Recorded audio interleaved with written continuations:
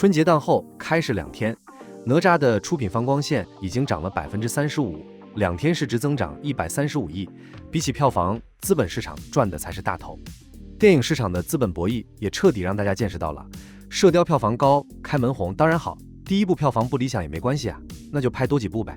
毕竟肖战射雕预售3.5亿摆在那里，肖战的演技实力也是黑子都黑不了的。肖战拍的电影呢，也不可能每一次都跟这么多强的对手撞到一起。哪吒、唐探啊，包括封神这种高票房的续作，也不是每年都能续上，每一部要好多年才能磨出来。下一个高票房的续作《流浪地球》要2027才能上映。今年春节档这种情况，在影史上也是第一次，这么多最顶尖的电影集中在一起，应该也是想产生最强的影响力，拉动观众的观影热情。毕竟电影市场在萎缩，前景很不乐观。今年春节档是否能带动未来电影行业好起来，沙哥觉得很难，未来好的影片还是很少。国外的大片，观众也越来越不爱看，观众还是不会有动力进影院观影。所以在未来呢，肖战这种有极高影响力的演员，在影圈还是稀缺资源。今年这种春节档也很难再有肖战的优势，影圈只会更加看重。资本就算垄断了资源，好项目也没有那么多。资本和肖战的目标是一致的呀，那肖战要和好的团队和剧本合作，资本何尝不是这样的？只有好的项目，资本的威力才能发挥到最大。在演员这个行业中，肖战本身就是一种最强资源，必然会和最好的团队和项目合作。那肖战现在就是要多拍电影，黑子越看不惯越要多拍，早晚肖战会拍到让他们习惯。演员能演到徐克的电影，参与射雕这样的项目已经是成功了。好的电影是一件艺术品，票房只能代表当下。像射雕这种好的电影会持续吸引人来看，会持续有很多人分享，那肖战会长期的受益于这部影片。当下肖战拥有了这样宝贵的经验，也学到了宝贵的知识，未来只会越来越好。前天射雕的票房出现逆跌这种情况，第二天排片应该给多一点点吧，结果昨天排片更加少，可能给的场次更加差，票房大幅下跌，根本不会给射雕任何逆袭的机会。春节档过后，最近2天每日票房只少了1/3，毕竟每日还有那么多票房，每天8亿多的票房，这个时候射雕看的人多起来，口碑逆袭的话，票房也会快速拉起来。目前看来，这样的机会也被堵死，射雕的排片只有中影影投在支持，给到了7%的排片，连横店也已经不再支持了。中影确实很好，但是今年春节档集结的是影圈最顶级的资本，那从中影参与这些资本的项目上，可以看出中影和他们也是保持合作的一种关系啊。射雕呢，至少让我们看懂了影圈的一些门道，垄断发行资源的光线猫眼，掌握最大份额放映影投的万达如意，还有北京文化淘票票阿里这组资本，这些都跟中影有很好的合作关系。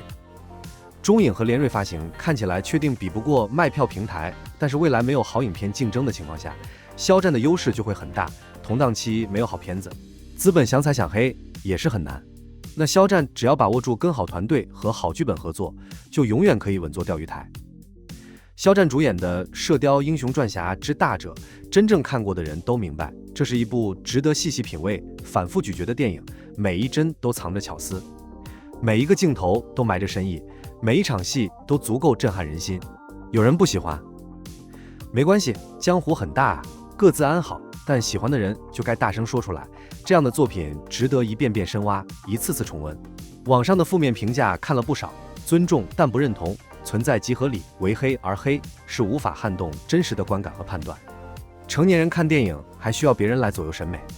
当然不，你可以高声说不喜欢，我也可以2刷3刷，看到更多被忽视的细节，挖掘更深层次的表达。而《射雕英雄传侠之大者》恰恰是一部值得用各种角度去解读的作品。文科生会背镜头语言、画面美学、情节铺陈、台词设计所折服，风车的影子，华筝送别郭靖母子，黄蓉与钟重逢的瞬间，哪一幕不是动人心魄？这份克制又极致的浪漫，让人看得泪眼婆娑。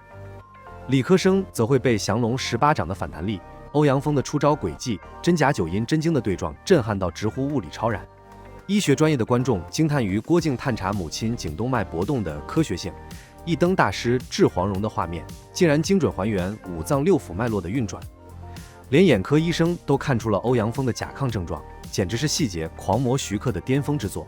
艺术生沉迷于镜头调度，历史学者感慨蒙汉矛盾处理的精准克制，情感饱满却不煽情，每一个专业角度都在给这部电影加分。喜欢的人是真的喜欢，愿意从中挖掘价值和美感，这样的电影才值得被铭记。郭靖第一次回到蒙古大营，大汉问他金刀呢？他立刻拿出，象征着忠诚。而在决定回归中原，投身保家卫国后，他依然留下金刀。那一刻，他的选择已定。那华筝和黄蓉在马棚上交手，华筝被打掉武器后赤手空拳，用的竟然是蒙古摔跤，细节真实的让人拍案叫绝。黄蓉一路追随郭靖，在帐篷里翻开包裹，露出的是一把小风车，代表着他跟随郭靖留下的踪迹，一路走到草原边境。这才是武侠片该有的诗意表达。视觉语言里，每一个镜头的角度都在讲述故事。前期郭靖看大汉是仰视，象征着崇敬和敬畏，等到救了大汉之后，镜头变为平视。那一刻，郭靖真正成长为顶天立地的大侠。郭靖和华筝的两只雕，起初都是华筝的，郭靖回来后，他们才各归一主。华筝生气跑开，一只雕立刻追随，而另一只雕却留在郭靖身边。这简直是把角色情感具象化了，震撼又隽永。更别说黄蓉和华筝对话时，黄蓉流着泪谈论缘分，懂的人都心酸的说不出话。西毒欧阳锋的武功是九阴假经，内力旋转方向与郭靖的九阴真经相反，因此他气息内敛，招式带着一种怪异的内旋，而郭靖的气息外放。降龙18掌刚猛霸道，两人交手时，连空气中的气流方向都是伏笔。欧阳锋精神错乱，甚至练功时导致唾液分泌异常，说话时都在流口水。这种细节啊，谁看了不直呼牛啊？黄蓉在水性上的优势呢，也被放大。在西毒追杀时，黄蓉直接跳水脱身，而欧阳锋却无法涉水，这是从人物背景到剧情合理性上的完美衔接。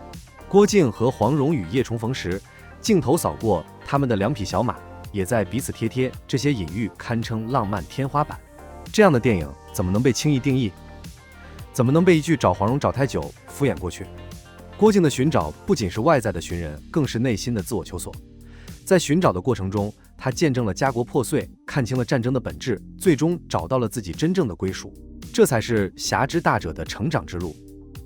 肖战的射雕每一个镜头都不是多余的，每一场戏都在为后续的成长做铺垫。这样的故事，这样的构思，这样的细节，让人看一遍就上头，刷不够，琢磨不完，越看越有味道，越挖越是震撼。审美没有标准，但请别质疑自己的判断哈。喜欢就是喜欢，这部电影的价值无需多言，看得懂的人自然会懂，金庸百年。这部电影就是对武侠文化最好的致敬啊！